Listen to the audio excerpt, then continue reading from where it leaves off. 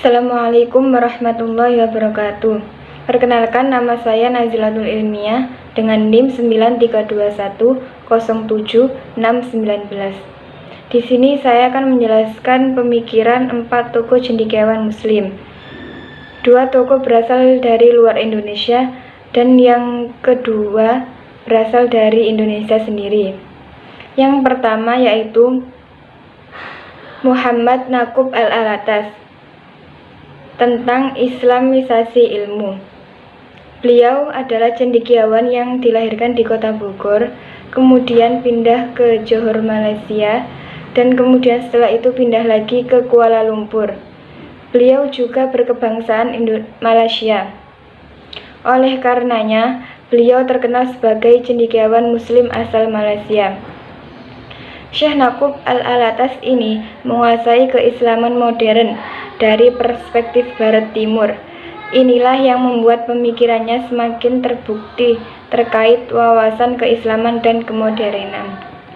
Beliau memaparkan bahwa perlu diadakannya islamisasi ilmu karena keilmuan yang sampai pada saat ini di dunia Islam sudah banyak terkontaminasi, westernisasi atau kebarat-baratan.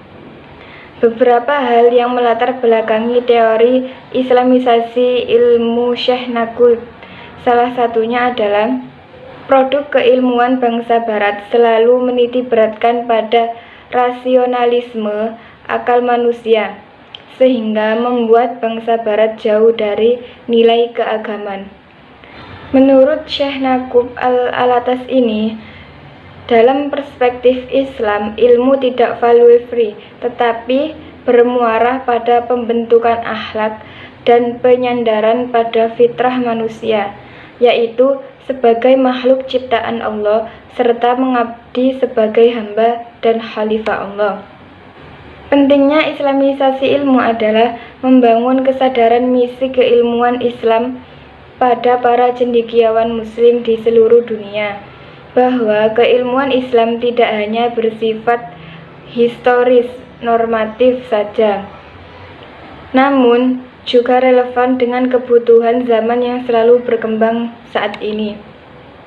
Contoh relevansi pemikiran Muhammad Naqub Al-Alatas ini di era kontemporer saat ini adalah adanya BSI dengan prinsip bermualah yang sesuai dengan tuntutan Islam, dan juga proses tayin menjadi UIN, di mana notabene PTKIN telah berubah menjadi UIN. Maka tentu di dalamnya terdapat berbagai jurusan keilmuan umum. Jadi tidak hanya jurusan yang bersifat saja. Yang kedua yakni pemikiran dari Muhammad Arqon tentang rethinking Islam. Pemikiran Muhammad Arqon tergolong pemikiran yang moderat mengenai pemaknaan ulang dalam konsep pengkajian Islam. Istilah rethinking Islam mengacu pada perubahan paradigma yang ditawarkan oleh Arqon, bahwa Islam yang notabene sangat memegang teguh otoritas teks atau dalil naqli, yakni dari Al-Quran dan Hadis, sangat perlu dipahami dalam pemaknaan terbuka dan kontekstual. Teori dekonstruksi Islam tentunya tidak diimplikasikan pada ajaran-ajaran yang bersifat paten, seperti akidah ketauhidan dan hukum syariah, namun lebih kepada hal-hal yang bersifat muamalah atau interaksi dengan sesama manusia. Jadi,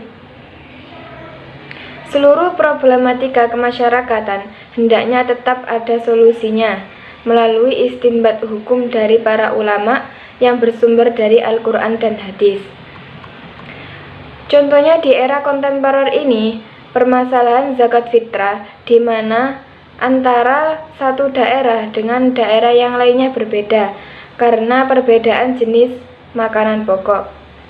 Indonesia menerapkan beras, di daerah lain ada yang gandum, dan sebagainya.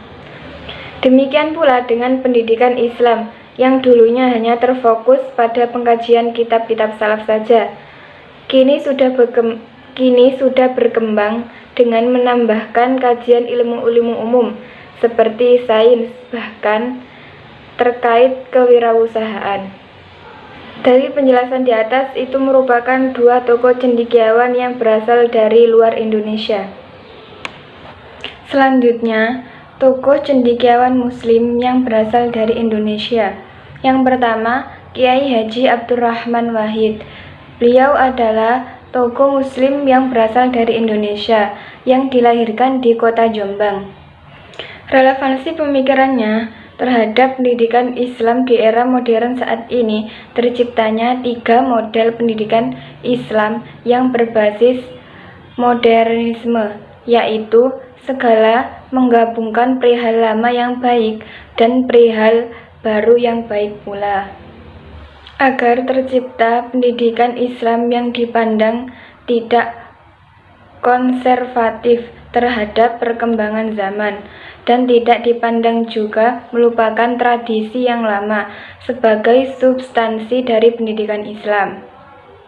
Pendidikan Islam berbasis pembebasan, yaitu selalu membebaskan siswa untuk selalu berpikir dan mencurahkan gagasannya secara demokratis, yang pastinya masih dalam koridor nilai-nilai pendidikan Islam, agar siswa tidak lepas dari akhlakul karimah walaupun diterjang dengan zaman yang serba teknologi ini.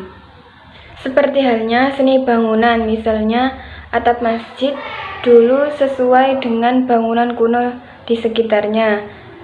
Ada pula seni ukir, misalnya kaligrafi, dan juga kalender Hijriah dengan kalender Jawa, misalnya Muharram, Suro, dan lain sebagainya. Yang kedua, cendekiawan yang bernama Muhammad Amin Abdullah. Beliau lahir di Desa Margomulyo, Kecamatan Tayu, Pati, Jawa Tengah. Pemikirannya tentang gagasan paradigma keilmuan interkoneksitas. Relevansinya, konsep integrasi interkoneksitas sebagai tawaran solusi bagi dunia keilmuan dari jangkitan krisis relevansi antara bidang atau disiplin keilmuan. Menurut Muhammad Amin Abdullah, bahwa setiap bangunan keilmuan atau apapun, baik keilmuan agama, sosial, humaniora, dan keilmuan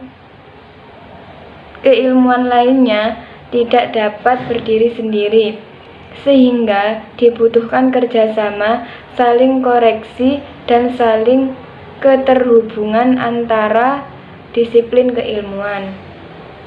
Contohnya di era kontemporer ini, yakni implementasi kurikulum 2013 atau bisa disebut dengan K13 di lembaga pendidikan, yang mana terdapat integrasi interkoneksi antara rumpun muatan pelajaran umum dan agama serta 4 kompetensi di dalamnya, yaitu spiritual, sosial, pengetahuan, dan keterampilan.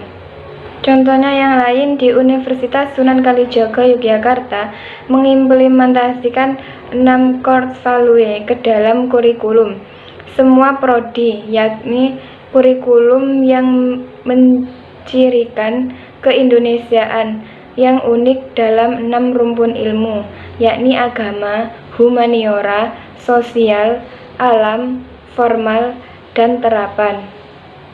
Berikut penjelasan 4 cendekiawan Muslim Indonesia dan luar Indonesia dari saya. Semoga bermanfaat, kurang lebihnya mohon maaf. Wassalamualaikum warahmatullahi wabarakatuh.